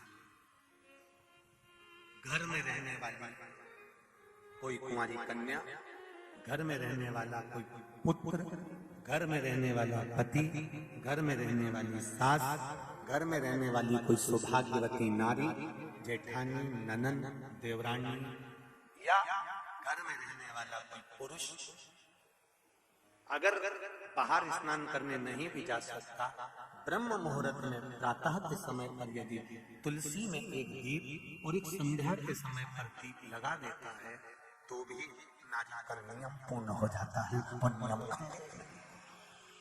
नियम खंडित। क्या 5 दिन के स्नान का फल है? हाँ, और तुझे मौका मिलेगा तो तुझे समझ में आएगा। देवऋषि नारद ने बस इतना कहा, उसका फल क्या है तुझे मौका मिलेगा जब मालूम पड़ेगा। तब बहू को समझ में नहीं आया कि आखिर सब क्या करा। देवऋषि नारद कहकर चले गए। साहूकार की बहू रोज प्रातः का कार्तिक का स्नान करने लगी। कार्तिक का स्नान रोज बहू करती, रोज ब्रह्म मुहूर्त में स्नान करता रहता। बहू को नहीं मालूम कि नगर के राजा का लड़का युवराज अपनी पत्नी के साथ स्नान करने आता है। राजा और रानी भी स्नान करने आते हैं, युवराज अपनी धर्मपत्नी के साथ स्नान करने आता है। आज युवराज को बड़ा बुरा लगा। युवराज ने देखा कि मैं घाट पर नहाने के लिए आता हूँ पर यह घाट गीला कैसे हो जाता है? मतलब मेरे स्नान के पहले कोई स्नान कर रहा है, मेरे स्नान के पहले कोई स्नान कर रहा है, मुझे ऐसा लगता है जरूर कोई ना कोई आता है। युवराज ने राजा ने अपने नगर के सैनिकों से बोला, पता लगाओ कि सुबह स्नान करने कौन आता है। सैनिक लगते उससे पहले ही साहूकार की बहू स्नान कर चली जाए, दिखाई नहीं दिया। समझ नहीं आया। आखिरी के 7 दिन बचे थे, 8 दिन बचे थे। राजा के दूत ने फिर युवराज ने कहा, मुझे पता लगा कर बताओ कि मेरे स्नान से पहले कौन स्नान करता है, घाट को गीला कौन कर देता है। क्रोध में आकर कहा, मालूम नहीं पड़ पाया। एक दिन रानी इस साहूकार की बहू को मालूम पड़ा कि युवराज मेरा पता कर रहा है, मेरा पीछा कर रहा है। तो बहू ने तुरंत सुबह जल्दी स्नान करा और भागी। भागते समय उसके गले की माला और टांग की एक मोजड़ी छूट गई। माला और मोजड़ी छूट गई। माला मोजड़ी छूटी, चली। राजा को वो माला मोजड़ी मिल गई। उसने मन में विचार करा, मोजड़ी इतनी सुंदर, माला इतनी सुंदर, तो जो इसको पहनती होगी वो कितनी सुंदर होगी। राजा ने अपने दूतों से कहा, जाओ, जिसकी ये मोजड़ी और माला है इतनी सुंदर है तो वह नारी कितनी सुंदर होगी, उसको 5 रात्रि मेरे पास में लेकर आ। उसको मैं 5 रात्रि अपने यहाँ रखूंगा। शब्द सुना, खबर पूरे गांव में लग गई। साहूकार की बहू के कानों में भी शब्द पहुंच गए। कार्तिक का महीना चल रहा था तो बहू ने भी कह दिया, मैं राजा के यहाँ पर 5 रात्रि रहने को तैयार हूं, पर शर्त मेरी एक है, ब्रह्म मुहूर्त का स्नान करते हुए अगर राजा मेरे को मुख देख लेगा तो मैं उसके यहाँ रह लूंगी। सुबह का कार्तिक का स्नान कर कर जब मैं निकल रही हूँ, राजा का पुत्र मुझे देख ले तो मैं रहने को तैयार हूँ, नहीं तो मैं नहीं रह सकती। राजा ने भी एक पक्षी, जो पाला हुआ पक्षी था, उस पक्षी को पेड़ पर बिठा दिया और कहा, जैसे ही रानी स्नान करने आए उसी समय पर तो बोल देना, मैं दौड़ कर आ जाऊंगा और इस रानी, इस साहूकारनी का दर्शन कर लूंगा। जब साहूकारनी सुबह के समय पर स्नान करने चली तो देहली पर द्वार को छोड़ते समय प्रणाम करते हुए कहती है, हमारे भारत की सभ्यता, भारत की भूमि की संस्कृति, पहले की माताएं जब मायके से ससुराल जाती थी या ससुराल से मायके आती थी तो जिस टांगे में, जिस गाड़ी में, जिस बस में, जिस टैक्सी में भी बैठती थी उसके भी पांव पड़ती थी, उसको भी प्रणाम करती थी। बोलो दीजिए सही है कि गलत? ये भारत की सभ्यता है, ये भारत का संस्कार है, ये भारत की भूमि की मर्यादा है। जिस भूमि पर से जा रही, ससुराल से मायके जाएगी तो जिस बस में जाती है उसके पांव पड़ती थी, बैलगाड़ी में जाए, टांगा गाड़ी में जाए, घोड़ा गाड़ी में जाए, उसके पांव पड़ती थी। घर से निकलते समय प्रणाम कर जाती। उसने अपने द्वार को प्रणाम किया और द्वार प्रणाम कर कर जा रही है, कहती हुई जा रही है, हे तुलसा महारानी, हे गंगा मैया, हे दामोदर भगवान, ऐसी कृपा करना मैं स्नान कर कर जाऊं तो राजा का लड़का नींद में भरचक सो जाए, ऐसी कृपा कर। तोता बोलता रहा, राजा का लड़का सोता रहा। पहला दिन निकल गया। दूसरे दिन राजा के लड़के के मन में प्रश्न आया कि मेरे तोते से पूछो, क्यों रे तोता, क्या वो साहूकार की बहू नहीं आई थी? आई थी, स्नान करके दे, तो मैं जग नहीं पाया। उसने विचार करा, कुछ ऐसा काम करता हूं, पुड़िया में लेकर बैठ गया मिर्ची, रात्रि को डालनी आंख में, रात भर नींद नहीं आएगी। साहूकार ने फिर चली, द्वार को छोड़कर प्रणाम करा, दरवाजे को प्रणाम कर कर, द्वार को पूजन कर कर, जब प्रणाम कर कर चली तो निवेदन कर कर चली, हे द्वार देवता, राजा के लड़के को सुला देना। ये स्कंद पुराण की बात शिव महापुराण में भी लिखी गई। पशुपति व्रत में एक नियम है, जब मंदिर में दिया लगाकर जाते हो तो घर के दरवाजे के राइट सीधे हाथ पर दिया लगाते हो। बोलो सही है? सीधे हाथ पे दिया लगाने का महत्व क्यों है? क्योंकि हम मंदिर से चलकर जब आते हैं, अपने घर के सीधे हाथ की ओर जब दिया लगाते हैं तो भगवान से निवेदन करते हैं कि मेरा ये द्वार है और आपके भरोसे पर है, आपको संभालना। एक पत्र आया, इसको देखिए।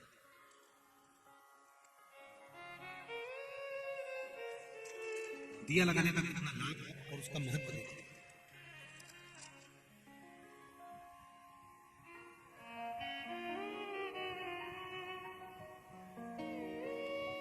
मेरा नाम सरला सेठिया है, मैं मध्य प्रदेश में खेतिया से आई हूँ। कहीं बैठी हूँ तो हाथ हिलाइएगा, कहीं बैठी हूँ तो दोनों हाथ अवश्य हिलाइएगा, जहां कहीं भी बैठी हूँ। अच्छा, आप उधर हैं, दोनों हाथ हिला देगा। श्री शिवाय नमस्ते, श्री शिवाय नमस्ते। मेरा नाम सरला सेठिया है, मैं मध्य प्रदेश के खेतिया से आई हूँ। 2021 में मेरे पति की तबीयत अचानक बहुत खराब हो गई थी, तो हम उन्हें अस्पताल लेकर गए। डॉक्टर ने रिपोर्ट निकाली, और बताया कि इनकी किडनी में 14% ही काम कर रही है किडनी। डॉक्टर ने दवाई दी और 1 साल तक दवाइयां चलने का बोला। और फिर एक दिन मेरे पति की तबीयत वापस अचानक बहुत ज्यादा खराब हो गई। हम उन्हें तुरंत अस्पताल लेकर गए तो डॉक्टर ने बताया कि उनकी किडनी काम करना बिल्कुल बंद कर दी है। हफ्ते में 2 बार डायलिसिस चालू करना पड़ेगा। हफ्ते में 2 बार जैसे डायलिसिस करना पड़ेगा, हम उनको हफ्ते में 2 बार डायलिसिस करवाने अस्पताल ले जाने लगे, किंतु उनके स्वास्थ्य में कोई बदलाव नहीं आया। डायलिसिस तो चालू हो गया पर बदलाव नहीं आ पाया। जब उनके स्वास्थ्य में बदलाव नहीं आया, फिर मैंने भगवान शिव के 5 पशुपति व्रत करना प्रारंभ कर 5 पशुपति व्रत करते करते मैंने नियम बनाया कि मैं सीहोर जाऊंगी और रुद्राक्ष लेकर आऊंगी। सीहोर आई, वहां से रुद्राक्ष लेकर आई और मैंने 5 पशुपति व्रत जब करती, एक दिया अपने दरवाजे पर लगाती और भगवान से प्रार्थना करती कि इनका डायलिसिस बंद करवा दो। सीहोर पहुंची, रुद्राक्ष वितरण बंद था। वहां पर जाकर निवेदन करा कि स्वास्थ्य खराब है, एक रुद्राक्ष दे दो। तब वहां के कार्यकर्ता ने एक रुद्राक्ष दिया। वो रुद्राक्ष का पानी शिव जी को चढ़ाती और इनको पिलाती। भगवान की कृपा से एक बेलपत्र रोज खिलाती और आज धीरे धीरे स्वास्थ्य ठीक हो गया। उनका डायलिसिस पूर्ण तरह से बंद हो गया है। धोख लगाने के लिए हम लोग यहाँ पहुंचे हैं, उनका डायलिसिस बंद हो गया। आए हैं साथ में, श्री शिवाय नमस्ते, बैठिए, हर हर महादेव। उनका डायलिसिस पूर्ण तरह से बंद हो चुका है और अब वो ठीक हो गए हैं। डॉक्टर बोल रहा है कि इनकी किडनी ने काम करना प्रारंभ कर दिया। कई माताओं ने अंदर भी पत्र भेजे कि गुरुजी आप रुद्राक्ष बढ़वाइए। मना नहीं है रुद्राक्ष देने के लिए, रुद्राक्ष तो है ही औषधि। और कुबेरेश्वर धाम का रुद्राक्ष तो हम पहले भी कहते हैं कि वो औषधि के रूप में है। बस प्रयास हम भी करते हैं पर व्यवस्थाओं के कारण वितरण नहीं हो पा रहा है। इसलिए अगला जब रुद्राक्ष फरवरी के महीने में जब आएगा तो पूर्ण प्रयास रहेगा कि 7 दिन में जितने लोग आएंगे उस समय पर उनको मिल जाएगा भाव भक्ति से। पर अगर स्वास्थ्य गड़बड़ है तो उसके मुकाबले कार्यकर्ताओं को बोलकर रखते हैं कि अगर स्वास्थ्य दिक्कत है तो बाबा को पाते हैं। ऐसा नहीं। एक पत्र और बड़ा सुंदर आया है, वो भी देखिए।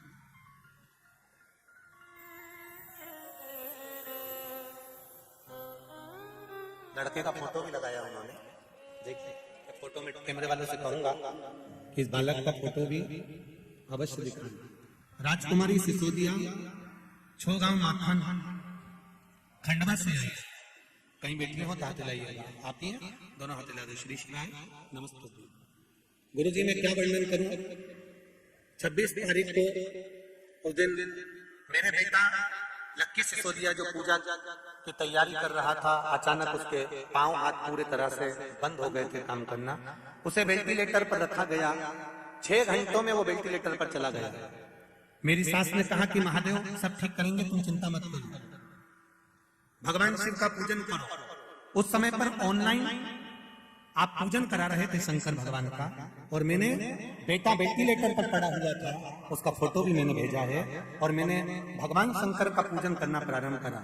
हमने शंकर जी का पूजन कर कर शिव जी का चढ़ाया हुआ अभिषेक का जल ले जाकर वेंटिलेटर पर सोए हुए बेटे के हृदय पर, शरीर पर लगाना प्रारंभ करा।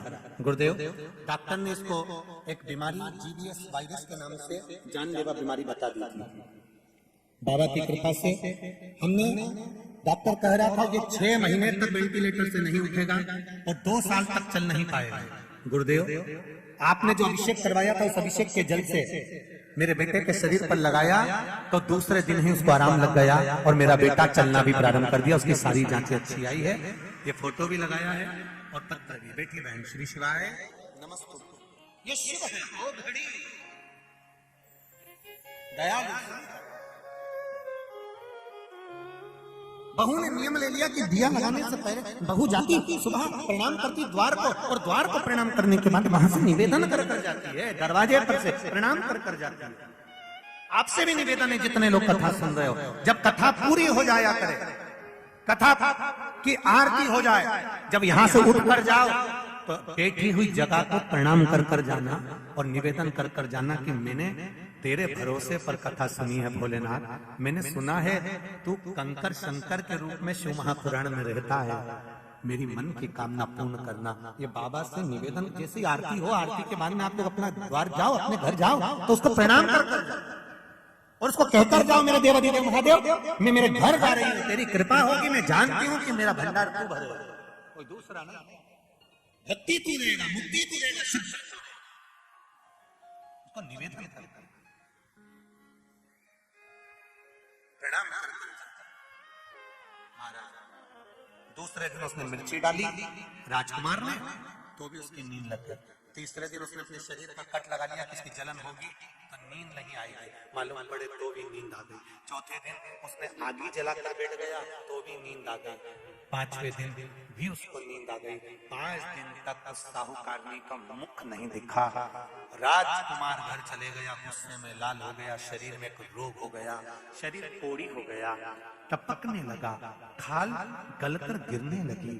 राजा को चिंता लग गई, मेरा इकलौता लड़का, और उसकी शरीर की काया बिगड़ गई, उसकी काया समाप्त हो। साहूकार की बहू को नहीं मालूम, साहूकार की बहू तो अपनी भक्ति में, अपने स्मरण में, अपने आनंद में लगी हुई थी, उसको मतलब नहीं, वो तो अपनी अलमस्तता में, अपनी मस्ती में लगी, अपने भजन में। 5 दिन जो मिले हैं भगवान की भक्ति के, उसमें डूबी हुई है, उसे कोई मतलब लगी हुई।